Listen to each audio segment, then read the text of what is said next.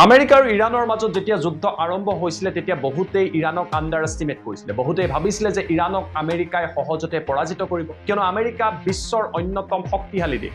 কেৱল আমেৰিকাই যে ইৰাণক আক্ৰমণ কৰিছিল এনেকুৱা নহয় এই আক্ৰমণত আমেৰিকাক প্ৰত্যক্ষভাৱে সহায় কৰিছিল ইজৰাইল গতিকে বহুতেই ভাবিছিলে যে ইৰাণক এই যুদ্ধত পৰাজিত কৰিব পৰা যাব সেই একে কথা আমেৰিকাৰ ৰাষ্ট্ৰপতি ডোনাল্ড ট্ৰাম্পেও ভাবিছিলে সেইবাবে ট্ৰাম্পে কৈছিলে যে এটা মাহৰ ভিতৰত আমি ইৰাণক পৰাজিত কৰিম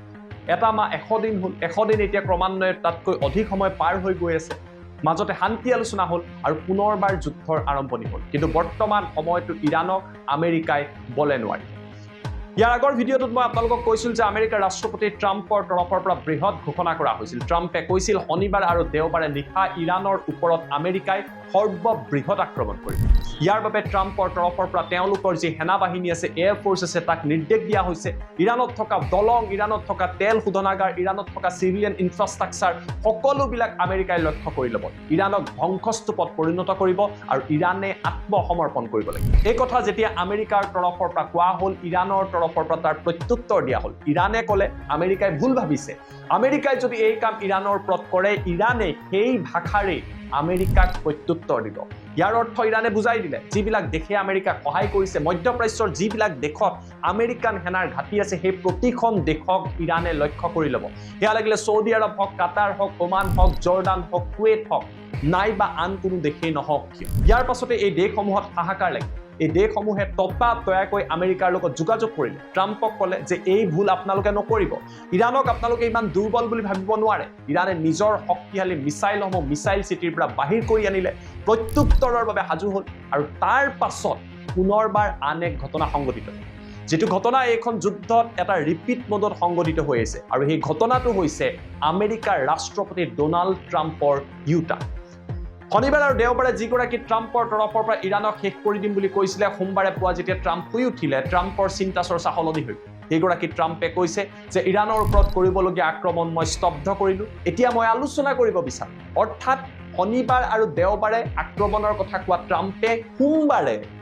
পুনৰবাৰ আলোচনাৰ কথা কৈছে আৰু নিজৰ স্থিতি সলনি কৰিছে এই যুদ্ধত এনে কাম ট্ৰাম্পে বাৰে বাৰে কৰি আছে কিয়নো ট্ৰাম্পে ভালকৈ বুজি উঠিছে শক্তিৰ সহায়ত ইৰাণক দমন কৰিব নোৱাৰি কথাৰে যিদৰে ইৰাণক পৰাস্ত কৰা অতি সহজ কিন্তু প্ৰকৃতপক্ষে ইৰাণক ইমান সহজতে আমেৰিকাই পৰাজিত কৰিব নোৱাৰে আৰু সেই কথা ট্ৰাম্পে ভালকৈ বুজি উঠিছে কেৱল ট্ৰাম্পেই নহয় যিসমূহ মধ্যপ্ৰাচ্যৰ আন দেশ আছে এই দেশসমূহে বুজি উঠিছে ইৰাণে যদি সঁচাকৈ এই দেশসমূহক আক্ৰমণ কৰে এই দেশবিলাকত ভয়াৱহ পৰিৱেশৰ সৃষ্টি হ'ব কিন্তু মধ্যপ্ৰাচ্যৰ এই দেশসমূহৰ ভিতৰত আটাইতকৈ সামৰিকভাৱে শক্তিশালী দেশে হৈছে ইৰাণ যি ইৰাণে কল্পনা কৰক আমেৰিকাৰ নিচিনা দেশৰ লগত আজিৰ দিনটোতো প্ৰতিবন্ধকতাৰ পাছত অকলে যুদ্ধ কৰি আছে এই ঘটনা সংঘটিত হৈ থকাৰ মাজতে আমেৰিকাৰ সংবাদ প্ৰতিষ্ঠান CNN-ত এটা বাতৰি প্ৰকাশ হ'ল CNN-ৰ এক্সক্লুসিভ বাতৰিত এটা ডাঙৰ দাবী কৰা হৈছে য'ত কোৱা হৈছে যে আমেৰিকাৰ সৈনিকক নতুন নিৰ্দেশ দিয়া হৈছে কিয়নো তেওঁলোকে বুজি উঠিছে যে ইৰাণক ইমান সহজতে পৰাজিত কৰিব নোৱাৰে CNN-ত থকা এই নতুন বাতৰিৰ সূত্ৰ কি আৰু কিয় এই বাতৰিক লৈ কিয় এই বিশেষ নিৰ্দেশক লৈ ট্ৰাম্পৰ হাহাকাৰ লাগিছে তাৰ তথ্য এই ভিডিঅ'ত লৈ অহাৰ চেষ্টা কৰিম ইফালে সমগ্ৰ যুদ্ধৰ প্ৰেক্ষাপটত যিবিলাক দেশ ইউক্ৰেইনৰ নিচিনা দেশ জেলেন্সকিৰ নিচিনা দেশে যি সময়ত ইউক্ৰেইনৰ তৰফৰ পৰা ইৰাণক লক্ষ্য কৰি লোৱা হৈছিলে এই ইউক্ৰেইনক যেতিয়া ৰাছিয়াই প্ৰত্যুত্তৰ দিলে ইউক্ৰেইনো এতিয়া ইৰাণক লৈ ডাঙৰ মন্তব্য কৰিছে জেলেন্সকিও সেও মানিবলৈ বাধ্য হৈছে কৰবাত নহয় কৰবাত এই সমগ্ৰ যুদ্ধত এতিয়া পুনৰবাৰ ইৰাণ শক্তিশালী হৈ পৰা পৰিলক্ষিত হৈছে কিয়নো আমেৰিকাই পুনৰ আলোচনাৰ কথা কৈছে পুনৰবাৰ হৰমুজ আলোচনাৰ জৰিয়তে খোলাৰ কথা কৈছে অৰ্থাৎ ইৰাণক এতিয়া আমেৰিকাই আক্ৰমণ নকৰে আৰু ট্ৰাম্পে এই কথা ঘোষণা কৰাৰ লগে লগে এটা কথা সুনিশ্চিত যে ইৰাণৰ শক্তি এই যুদ্ধৰ ফলত বহুগুণে বৃদ্ধি পাইছে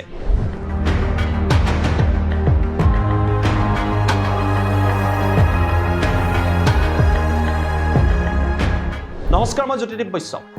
শনিবাৰ আৰু দেওবাৰৰ নিশা ইৰাণক লৈ যেতিয়া ট্ৰাম্পে ঘোষণা কৰিলে যে ইৰাণক লক্ষ্য কৰি লোৱা হ'ব তাৰ পাছতে মধ্যপ্ৰাচ্যত হাই এলাৰ্টৰ সৃষ্টি হ'ল মধ্যপ্ৰাচ্যৰ প্ৰতিখন দেশৰ মাজত হাহাকাৰ লাগিল কিয়নো ইৰাণে ঘোষণা কৰিলে যে মিছাইল চিটিত থকা শক্তিশালী মিছাইলবিলাক ইৰাণে উলিয়াই অনা আৰম্ভ কৰিব আৰু আমেৰিকাই যদি ইৰাণৰ দলং বিমানবন্দৰ ইৰাণৰ যিবিলাক ব্ৰিজ আছে ৰেলৱে ইনফ্ৰাষ্ট্ৰাকচাৰ আছে ওয়াটাৰ ডিসেলিনেশন প্লান্ট আছে তাৰ ওপৰত যদি আক্ৰমণ কৰে সেই একেই ভাষাৰে আমেৰিকাৰ তৰফৰ পৰা কেইবাটাও প্ৰান্তক লক্ষ্য কৰি লোৱা হ'ব সেয়া লাগিলে সৌদি আৰবত থকা তেল শোধনাগাৰ হওক নাইবা কাটাৰত থকা গেছৰ প্লান্টেই হওক বা আন দেশসমূহত থকা অন্যান্য ইনফ্ৰাষ্ট্ৰাকচাৰে নহওক কিয় ইৰাণৰ এই ঘোষণাৰ পাছতেই ছৌদি আৰবৰ ক্ৰাউন প্ৰিন্স মহম্মদ বিন ছলমানৰ যথেষ্ট হাহাকাৰ লাগে আমেৰিকাৰ ৰাষ্ট্ৰপতি ট্ৰাম্পক তেওঁ ততাতৈয়াকৈ ফোন কৰে কেৱল ছৌদি আৰবেই নহয় কাটাৰ ওমানৰ পৰা আৰম্ভ কৰি প্ৰতিখন দেশত থকা যিসকল ৰজা আছে আমিৰ আছে তেওঁলোকে আমেৰিকাৰ ৰাষ্ট্ৰপতিক ফোন কৰি কয় যে আপুনি এই কাম ভুলতো নকৰিব আপুনি যদি এই কাম কৰে আমাৰ বাবে পৰিস্থিতি পৰিণাম অতিকৈ ভয়ানক হ'ব কিয়নো এই দেশবিলাকে জানে এই যুদ্ধ আৰম্ভ হ'লে পোনপটীয়াকৈ আমেৰিকাৰ ক্ষতি নহয় আমেৰিকাৰ ঘাটি যেহেতু তেওঁলোকৰ দেশত আছে এই দেশবিলাকক ইৰাণে লক্ষ্য কৰি ল'ব সিভিলিয়ান ইনফ্ৰাষ্ট্ৰাকচাৰৰ ওপৰত আক্ৰমণ হ'ব তেল গেছৰ বজাৰ শেষ হৈ যাব ফলত এই দেশবিলাকতো ভয়াৱহ অৰ্থনৈতিক সংকটৰ সৃষ্টি হ'ব পাৰে ইৰাণৰ শক্তিশালী মিছাইলৰ সৈতে আমেৰিকাই মোকাবিলা কৰিব পৰা নাই তেনে ক্ষেত্ৰত এই শক্তিশালী মিছাইলবিলাকৰ লগত এই দেশসমূহে কেনেকৈ মোকাবিলা কৰিব তাক লৈ প্ৰশ্ন উত্থাপিত হ'ল যি ছৌদি আৰবে কিছুদিন আগলৈকে আমেৰিকাৰ সমৰ্থনত আমেৰিকাক সহায় কৰি ইৰাণৰ সমৰ্থিত বিদ্ৰোহীৰ ওপৰত ঘটনা সংঘটিত কৰিছিলে ইৰাণৰ ওপৰত আক্ৰমণৰ ঘটনা সংঘটিত কৰিছিলে সেই ছৌদি আৰবেও ইউ টাৰ্ণ মাৰিবলৈ বাধ্য হৈছে আৰু আমেৰিকাক ক'বলৈ বাধ্য হৈছে যে যুদ্ধৰে নহয় ডিপ্ল'মেচিৰ জৰিয়তে শান্তি আলোচনাৰ জৰিয়তে সমগ্ৰ পৰিস্থিতিৰ অন্ত পেলাওক এইদৰে এতিয়া সমগ্ৰ অঞ্চলটোত ইৰাণৰ প্ৰতিপত্তি আৰু দবদবা বৃদ্ধি পাইছে ইফালে ট্ৰাম্পে যেতিয়া ঘোষণা কৰিছিলে শনিবাৰ বা দেওবাৰে নিশা বৃহৎ আক্ৰমণ হ'ব তেতিয়া অতিকৈ আনন্দিত হৈ পৰিছিলে ইজৰাইলৰ প্ৰধানমন্ত্ৰী বেঞ্জামিন নেতানিয়াহু কিয়নো আগন্তুক সময়ত ইজৰাইলত নিৰ্বাচন আছে নেতানিয়াহুৰ জনপ্ৰিয়তা কমি আহিছে গতিকে নেতানিয়াহুৱে বিচাৰিছে যে যুদ্ধখন চলি থাকিব লাগে আৰু আমেৰিকাই যদি পুনৰ যুদ্ধ আৰম্ভ কৰে নেতানিয়াহুৰ জনপ্ৰিয়তা কিছু পৰিমাণে ইজৰাইলত বৃদ্ধি পোৱাৰ সম্ভাৱনা আছিল কিন্তু সকলোবিলাক এতিয়া ধূলিতচাত হৈ গ'ল কিয়নো ট্ৰাম্পে পুনৰবাৰ সংবাদ মাধ্যমৰ আগত ঘোষণা কৰিলে আৰু ক'লে যে আমি যুদ্ধ নহয় আলোচনা কৰিব বিচাৰো আৰু ইৰাণৰ ওপৰত কৰা যি আক্ৰমণৰ সিদ্ধান্ত তাক বাতিল কৰা হৈছে অৰ্থাৎ একেগৰাকী ব্যক্তি একেগৰাকী ৰাষ্ট্ৰপতিয়ে শুকুৰবাৰে শনি আৰু দেওবাৰে আক্ৰমণ হ'ব বুলি একেখিনি সংবাদ মাধ্যমৰ আগতে মন্তব্য কৰিছিল আৰু সোমবাৰে সেই একেজন ব্যক্তি একে সংবাদ মাধ্যমৰ আগত কৈছে যে আমি আলোচনা বিচাৰো শান্তি আলোচনা কৰিব বিচাৰো যুদ্ধ আমি বিচৰা নাই অৰ্থাৎ প্ৰকাৰান্তৰে ক'বলৈ গ'লে যুদ্ধৰ ফলত ইৰাণৰ শক্তি বহুগুণে বৃদ্ধি পাইছে হৰমুজ বৰ্তমান সময়তো ইৰাণৰ নিয়ন্ত্ৰণত আছে হৰমুজক লৈ ইৰাণ আৰু ওমানৰ মাজত আলোচনা চলি আছে আৰু কোৱা হৈছে যে আলোচনাৰ মাধ্যমেৰেহে ডিপ্ল'মেটিক আলোচনাৰ জৰিয়তেহে হৰমুজ খোলা হ'ব বল প্ৰয়োগ কৰি ইৰাণৰ পৰা হৰমুজ আমেৰিকা নাইবা আন দেশে খুলিব নোৱাৰে অৰ্থাৎ হৰমুজৰ নিয়ন্ত্ৰণ ইৰাণৰ লগত থাকিব আলোচনাৰ বাবে পুনৰবাৰ এতিয়া ট্ৰাম্প উভতি আহিছে যি শান্তি চুক্তি এটা সময়ত বাতিল কৰা হৈছিলে এই শান্তি চুক্তি লৈ পুনৰবাৰ ট্ৰাম্প উভতি আহিছে গতিকে 100 দিনত যুদ্ধ শেষ কৰিম বুলি ট্ৰাম্পে যি দৰ্প কৰিছিলে অহংকাৰ কৰিছিলে সেয়া ক্ৰমান্বয়ে ক্ষুণ্ণ হৈ পৰা পৰিলক্ষিত হৈছে ভিডিঅ'ৰ আৰম্ভণিতে মই আপোনালোকক কৈছিলো যে আমেৰিকাৰ সংবাদ প্ৰতিষ্ঠান CNN-ৰ তৰফৰ পৰা এটা বাতৰি প্ৰচাৰ কৰা হৈছে CNN-ৰ এক্সক্লুসিভ বাতৰিক লৈ আমেৰিকাত হাহাকাৰ লাগিছে এই বাতৰিত দাবী কৰা হৈছে যে যিবিলাক চেন্ট্ৰেল কমাণ্ডৰ সৈনিক আছে তেওঁলোকলৈ নতুন নিৰ্দেশ আহিছে এই নিৰ্দেশত কোৱা হৈছে যে আনকনভেনচনেল ৱে